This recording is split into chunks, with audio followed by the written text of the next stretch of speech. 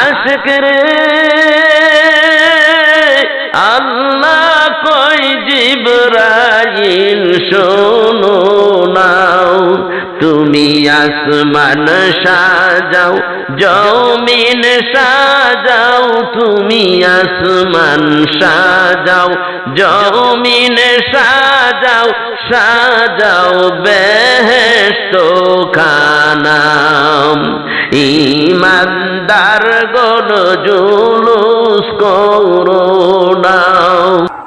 এই আয়াতের কথা আমি আপনাদের সামনে তুলে ধরব, এরপরে কিছু আলোচনা করব ইনশাআল্লাহ। আল্লাহ এখানে বলতেছেন বিসমিল্লাহির রাহমানির রাহিম। ওয়া ইযা ক্বালা রাব্বুকা লিল মালাইকাতি ইন্নী জা'ইলুন ফিল আরদি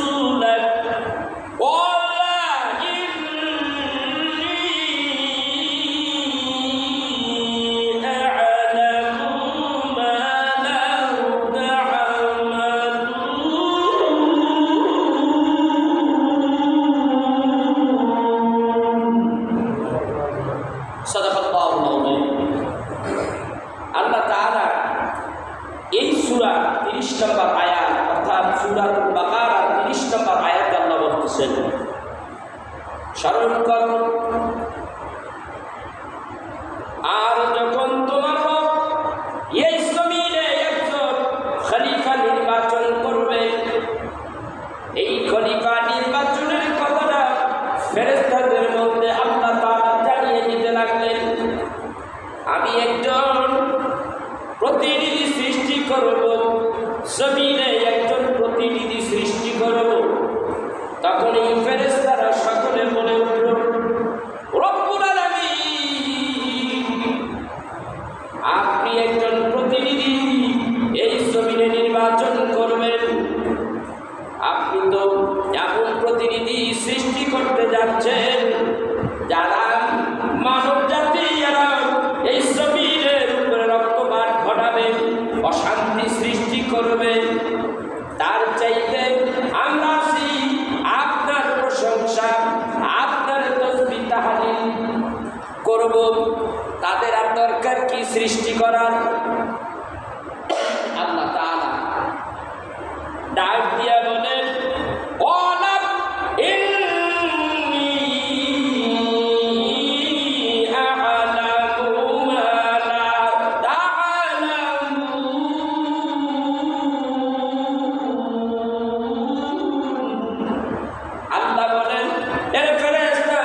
প্রতিনিধি আমি বানাইতেছি, আমি যা জানি তোমরা তো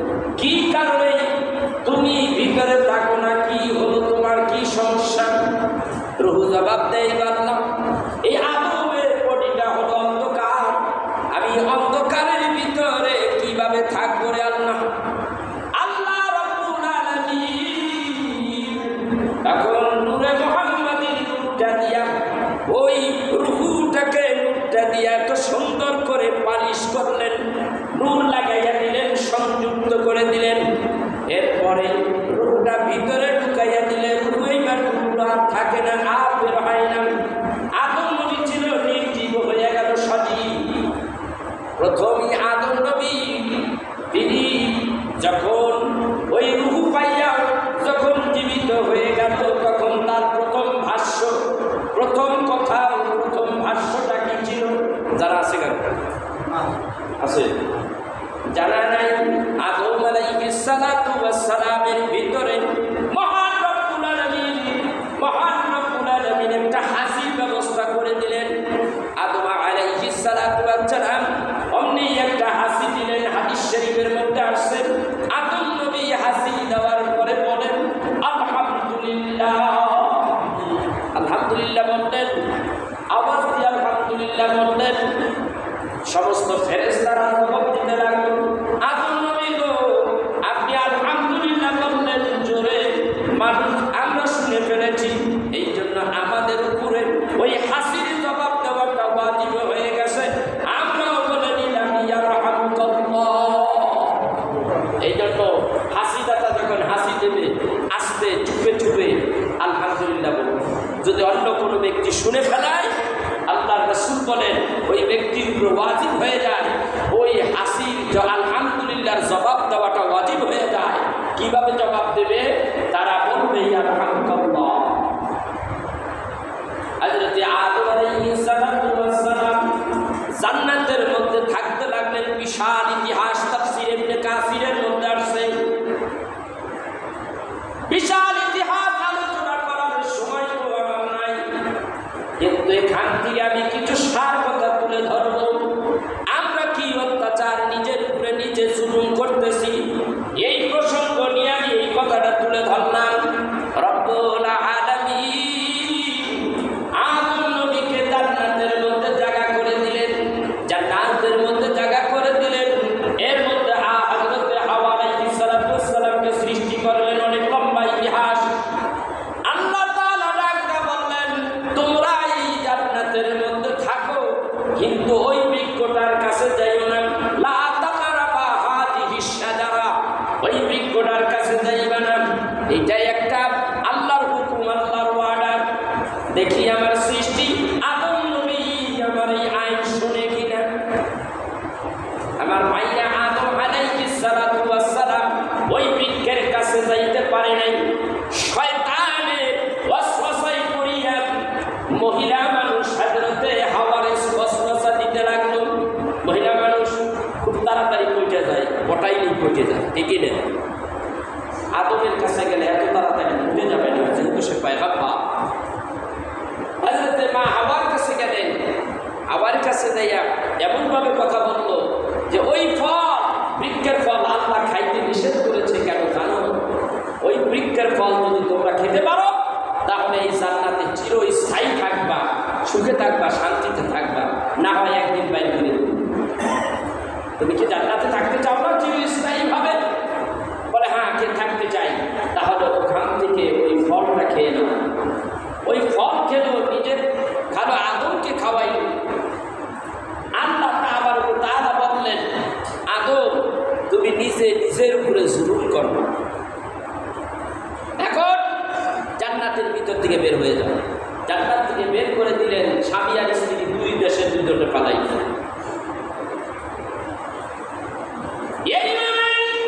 আদম আলাইহিস সালাতু ওয়াস সালাম এই দুনিয়ার জমিনে একদিন নাই, দুই দিন নাই, 350 বছর কাঁদলেন। একটা ফুলের কারণে কয়দিন কাঁদলেন? 350 বছর কাঁদলেন। ভুল না গুনাহ, ভুল না গুনাহ, গুনাহ না পয়গম্বরেরা গুনাহ করেন না। গুনার থেকে আল্লাহ তাআলা তাদেরকে মাহফুজ করে রাখেন। সাইয়েদনা আদম আলাইহিস সালাম একটা ফুলের জন্য 350 বছর কাঁদলেন। কি বলে কাঁদলেন? আল্লাহ রাব্বুল আলামিন কোরআন কারীমে সেই কাঁদার কি বলে কেঁদেছেন সেই কথাগুলি এইভাবে উঠাইয়া দিলেন। রব্বানা যালামনা আনফুসানা ওয়া ইন লাম তাগফির লানা ওয়া তারহামনা লানাকুনান্না মিনাল খাসিরিন।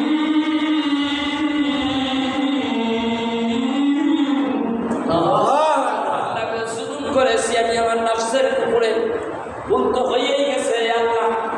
এইভাবে আদম নবী ভুল কথা স্বীকার করিয়া করিয়া একদিন নয়, 2 দিন নয়, 350 বছর এই আল্লাহ জমিনে কেঁদেছে। হঠাৎ করিয়া তিনি আকাশের দিকে মাথা তুললেন। জোরকানি শরীফের প্রথম খণ্ডের মধ্যে 49 পৃষ্ঠার মধ্যে লেখেন, সাইয়েদনা আদম আলাইহিস সালাতু ওয়াস সালাম আকাশের দিকে চাইলেন না, নিচের দিকে চাইয়া থাকতেন। একটা ভুল করেছি আমি, আমার এই মুখ কানায় আমি আমার প্রভু পরওয়ারদিগারকে কেমনে দেখাই। 350 বছর পরে আকাশের দিকে তার নজর চলে গেল। আকাশের দিকে নজর চলে গেলে দেখতে পাই আকাশের গায়ের মধ্যেই নূরের অক্ষরে লেখা রয়েছে লা ইলাহা ইল্লাল্লাহু মুহাম্মাদুর রাসূলুল্লাহ সাল্লাল্লাহু আলাইহি ওয়াসাল্লাম। আদম নবী ডাক দিয়া বলেন, আদম নামে সর্বপ্রথম আমার তুমি বানাইয়া তোমার সাথে কাহার নাম লিখিলা রাখিয়া। আমি জানি তুমি আল্লাহ, তুমি রব, একজন, তোমার কোনো শরীক নাই, তুমি লা শরীক। আল্লাহ, তোমার নামের পাশে আরেকজন ব্যক্তির নাম দেখি। আদম নামে সর্বপ্রথম আমার তুমি বানাইয়া তোমার নামের পাশে কাহার নাম লিখিলা রাখিয়া। আল্লাহ জবাব দেয়, বন্ধু আমার মুহাম্মাদের আমার সাথে জড়িত বন্ধু সৃষ্টি না হইলে আসমান জমিন কিছুই না হতো। এই জন্য হাদিসের কুচ্ছির মধ্যে আসছে, আল্লাহ তাআলা তার বন্ধুরে সৃষ্টি না করলে আল্লাহ তাআলা কিছুই সৃষ্টি করতেন না। আল্লাহ কাদামা খালাকুল আফলাক। এইবার আদম নবী ডাকতে কয়, আল্লাহ রে, যদি তাই হয় তাহলে তোমার কাছে আমার প্রার্থনা, 350 বছর কেটেছি আল্লাহ, তুমি আবার দরখাস্ত মঞ্জুর করো নাই রে আল্লাহ। আখির পয়গম্বর সাইয়্যিদুল মুরসালিন, ইমামুল মুরসালিন, খাতামান নবিয়্যিন, রাসূলে খোদা, তোমার হাবিবুল্লাহ নবীর খাতিরে আমি আদম নবীরে ক্ষমা করে দাও। হযরতে আল্লাহ তাআলা ডাক দিয়া বলে, আদম আজকে ক্ষমা চাইলাম আমি রব্বুল আলামিন, আমার হাবিবুল্লাহ নবীর খাতিরে আমি তোমারে ক্ষমা করে দিলাম, যাও যাও ক্ষমা করে দিলাম। হাদিস শরীফের মধ্যে আসে, হযরতে আদমকে আল্লাহ ডেকে বলে, আদম রে, জান্নাতের মধ্যে একটা ভুল করছাও, ওই জান্নাতের ভিতরে আমার হাবিবুল্লাহ নবী উসিলা দিয়া যদি আমার কাছে ক্ষমা চাইতেন, আমি আল্লাহ রব্বুল আলামিন তখনই তোমার মাফ করে দিতেন, জান্নাতের ভিতর থেকে তোমারে বাহির করতাম না। দেখছেন, এই গুনার কথাটা আমি বলতেছিলাম, এই আলোচনাটাই আমি করতে চাচ্ছি। একটা গুনাহ যদি হয়ে যায়, এই গুনাহটা যদি কবিরা গুনাহ হয়ে যায়, তওবা না করা পর্যন্ত আল্লাহর কাছে যতবার ক্ষমা চাইবেন, আল্লাহ তাআলার কাছে ক্ষমা চাইবেন, ক্ষমা পাবেন না, তওবা করতে হবে। তওবার পরে আল্লাহর কাছে ক্ষমা চাইলে আল্লাহ রাব্বুল আলামিন বান্দার মাফ করে দেয়। আমরা তো এখন শুধু গুনাহ আর গুনাহ, গুনার কাজে লিপ্ত, ঠিক কিনা? গুনার তো সংখ্যার ঠিক নাই, প্রত্যেকটা কদমে কদমে অনেক সময় গুনাহ হয়েছে, ঠিক কিনা? খারাপ কাজের দিকে যখন ধাবিত হবেন, প্রত্যেকটা কদমে কদমে গুনাহ হবে, ঠিক কিনা? কত মানুষ দেখবেন এই বাংলার জমিনে ঘুষ খায় কি খায় না, কথা বল, খায় কি খায় না, সুদ দেয় কি দেয় না, নিজের প্রয়োজনে নিজের স্বার্থ হাসিল করার জন্য ঘুষ দেয়। আর যেই বেটা বসে আছে, ওই বেটা তো একটা নিয়ে বসে আছে, একেবারে পুরা ড্যাগ নিয়ে বসে আছে, খালি দেয়ার বলি আছে না নাই? বললাম এই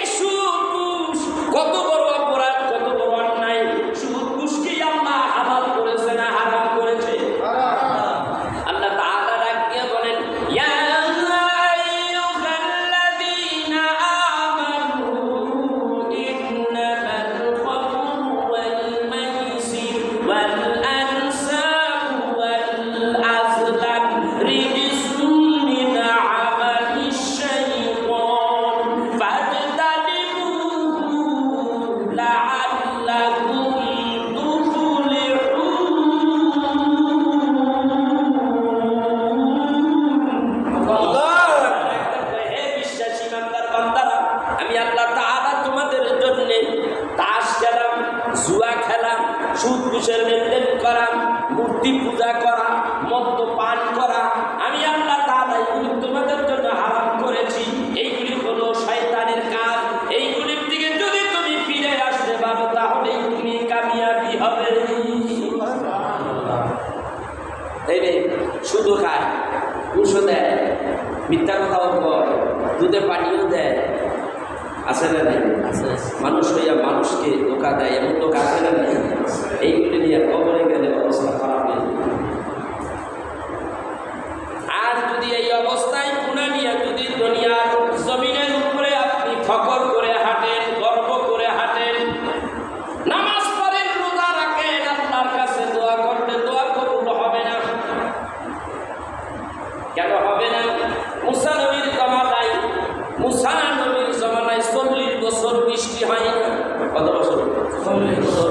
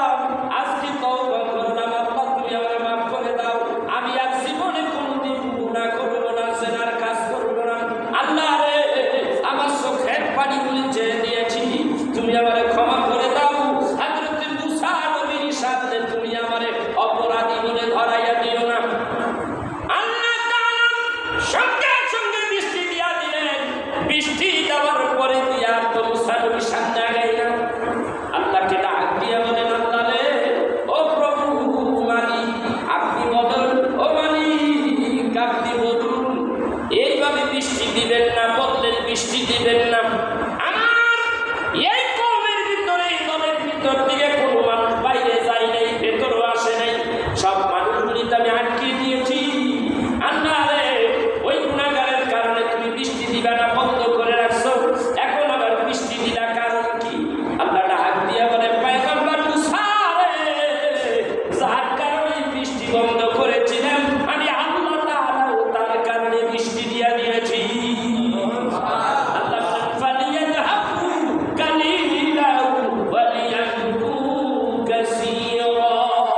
বান্দা, গুনাহের জন্য অনুতপ্ত হও, অনুশোচনা ভিতরে যেন জেগে ওঠে, আল্লাহর কাছে ধরা দাও, আল্লাহর কাছে ডাক দিয়া বলো, মাবুদ,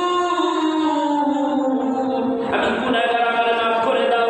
ও মালিক, তুমি আমারে মাফ করে দাও। মালিক, তোমার এই দুনিয়ার মধ্যেই তোমাকে আল্লাহ আল্লাহ বলে ডাকার মতো মানুষ না, অভাব নাই, মানুষের অভাব নেই আল্লাহ। আর আমি গুনাহগারের জন্য তুমি আল্লাহ ছাড়া আমার কোনো উপায় নাই। এই বলে যখন চোখের পানি ফেলে ফেলে কাঁদবে, আল্লাহ রাব্বুল আলামিন তোমার আমার জীবনের সব গুনাহ মাফ করে দিতে পারে কিনা? পারে কিনা?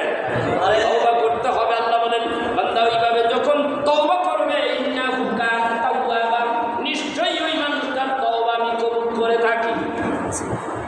আস্তাগফিরুল্লাহ, ইন্নাল্লাহা গাফুরুর রাহিম। যে তওবা করে, তওবাকারী গুনাহ মাফ করে দেই আমি আল্লাহ, আমি গাফুরুর রাহিম। ভাই আমার, বন্ধুরা আমার, এইভাবে গুনাহ করে মানুষগুলি, গুনার কথা যদি আমি বলতে যাই, হাদিস শরীফ থেকে অভাব নাই, আলোচনা বেড়ে যাবে। তাই আমি বলবো, ও আল্লাহর বান্দারা, গুনার কাছ থেকে ফিরে থাকতে হবে। যদি গুনাহ ছোট হয়, গুনাহ তো গুনাই, ওর কাছে যাব না। ছোট আমলও যদি হয়, ওই আমলটা আমরা ছাড়বো না। রাজি আছি কিনা? তরিকাতের ভাইরা আমার, তাইলে কি করতে হবে? জীবন তো অনেক চলে গেছে, দাড়িগুলি সাদা হয়ে গেছে, পেকে গেছে, অনেক জীবন চলে গেছে, দিন থেকে সপ্তাহ, মাস, বছর চলে গেছে। ওইটা কোটি কোটি টাকা দিলে আর ফেরত পাওয়া যাবে না। সেই জন্যই ইবাদতের সংখ্যা বাড়াইয়া দিতে হবে। বাদে মাগরিবের পরে, ও তরিকাপন্থী ভাইরা, বাদে মাগরিবের পরে 2 রাকাত করে আমরা 6 রাকাত আওয়াবিন নামাজ পড়তে পারি কিনা? পারি না? এরপরে সূরা হাশরের শেষ 3 আয়াত, তাওবা 11 বার, এরপরে সূরা ফাতিহা শরীফ 3 বার, সূরা ইখলাস শরীফ 10 বার। নবী আমার বলেন, 10 বার সূরা ইখলাস শরীফ রেগুলার যারা পড়ে, আল্লাহর জান্নাতের মধ্যে একখানা, জান্নাতের মধ্যে একটা ঘর নির্মাণ করে রাখবে আল্লাহ, একটা ঘর দিয়ে দিবে। সেই জন্য আমি বললাম, এরপরে বাদে মাগরিব আমরা এইভাবে একটু বলবো, আর একটু জিকির করবো, আল্লাহর নামে জিকির করবো। বলো, লা ইলাহা ইল্লাল্লাহ, লা ইলাহা ইল্লাল্লাহ, লা ইলাহা ইল্লাল্লাহ, ওয়াসিয়া লা ইলাহা ইল্লাল্লাহ, লা ইলাহা ইল্লাল্লাহ। বাইদাল্লাহ, আমার বন্ধুরা, আমার তরিকাপন্থীরা, ভালো করে খেয়াল করেন, এই যে কলব, এই যে রূহ, সে কফি, আকফা, নবীতে নফসল দিবা, নবীর থেকে টান মারবেন, লা ইলাহা ইল্লাল্লাহ, লা ইলাহা ইল্লাল্লাহ, লা ইলাহা ইল্লাল্লাহ, মুহাম্মাদুর রাসূলুল্লাহ সাল্লাল্লাহু আলাইহি ওয়াসাল্লাম। এরপরে আপনি কি করবেন? এইভাবে জিকির করবেন, লা ইলাহা ইল্লাল্লাহ। এরপরে আরেকটা জিকির আছে, ইল্লাল্লাহ।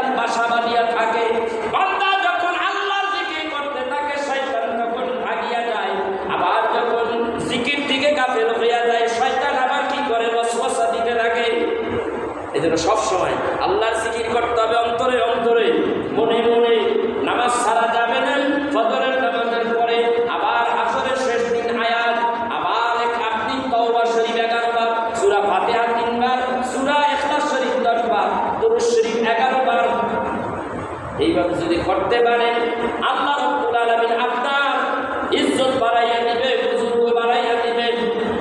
আর কামিল পীরের সোহবতে তাকিয়া বান্দা যখন এই যে গুনাহ করার কারণে ভেতরে 3টা 4টা নফসানিয়াত আছে, একটা হলো নফসে আম্মারা, নফসে মুতমাইন্না, নফসে লাওয়ামা, আরেকটা হলো নফসে মুতমাইন্না।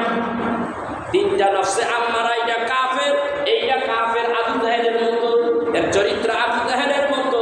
নফসে আম্মারা, নফসে মুতমাইন্না, নফসে লাওয়ামা, নফসে মুতমাইন্না, 3টা যদি এই নফস কতল করতে পারেন, এটা সহজ পদ্ধতি হলো জিকির করা, বেশি বেশি ইবাদত করা, নফল নামাজ পড়া, ফরজ নামাজের পরে একটু বেশি বেশি একটু একটু করে চালাইতে থাকেন নফল ইবাদত।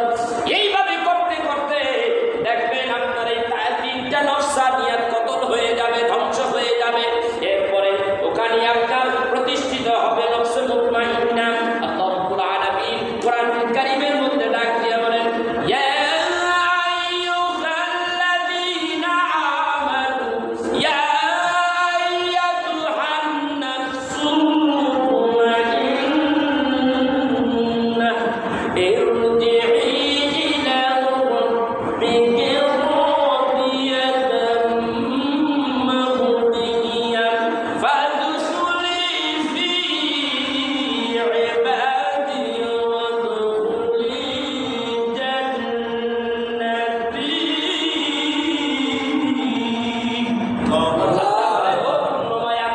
অর্থাৎ আপনারে বলতেছে, ও আল্লাহর বান্দা, ও আমলে সলেকারী, জলদি করে জান্নাতের ভিতরে ঢুকে যাও, তুমি জান্নাতের ভিতরে ঢুকে যাও।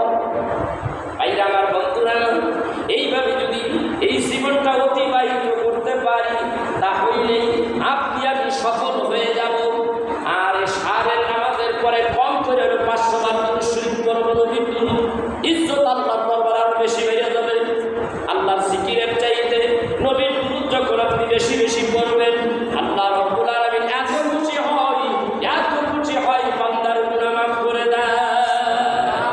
ভাইয়া, এইভাবে জীবন পরিচালিত করব আমরা। রাজি আছি না ইনশাআল্লাহ? আসলে নবীজিকে সালাম দেই, ইয়া নবী সালাম আলাইকা, ইয়া রাসূল সালাম আলাইকা, ইয়া হাবিব সালাম আলাইকা, সালাম ইয়া রাসূলুল্লাহ, ইয়া হাবিবাল্লাহ, আপনি মদিনার রওজা পাক হইতে সব কিছুই পারেন দেখিতে, মোদের লাশ কবরে দিলেন নবী রাখিবেন আপনার কুলে, ইয়া নবী সালাম আলাইকা, ইয়া রাসূল সালাম আলাইকা, ইয়া হাবিব সালাম আলাইকা, সালামুল্লাহ ইয়া রাসূলুল্লাহ, ইয়া হাবিবাল্লাহ, আপনি যে রহমত দয়াময়, আমরা চাই আপনার দুখানা কদম, উম্মত যে কান্দে যাবে যার বাইতে আপনার দিদার, ইয়া নবী সালাম আলাইকা, ইয়া রাসূল সালাম আলাইকা, ইয়া হাবিব সালাম আলাইকা, সালামুল্লাহ ইয়া রাসূলুল্লাহ, ইয়া হাবিবাল্লাহ, হাসরের ময়দানে সবে যাইবে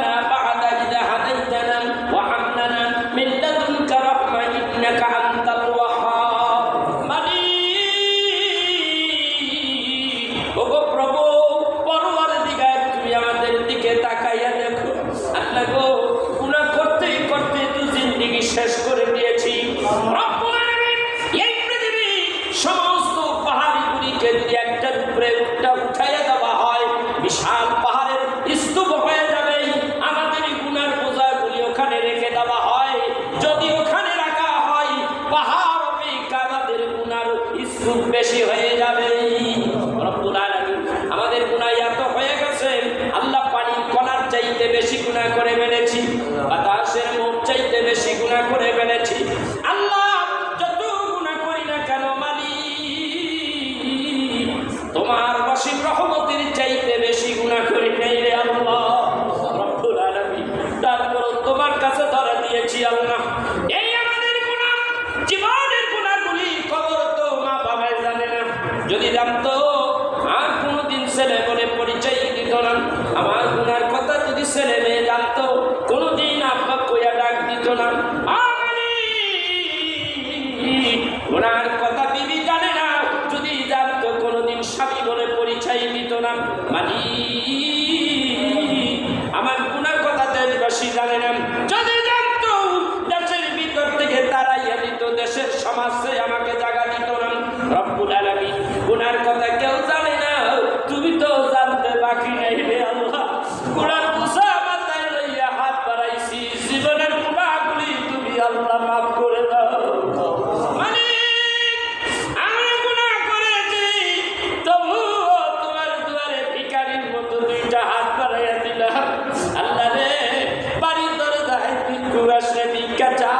ভিক্ষা পাইলে খুশি হয়ে যায়। আমরা কতগুলি পাপী তাপী মানুষ,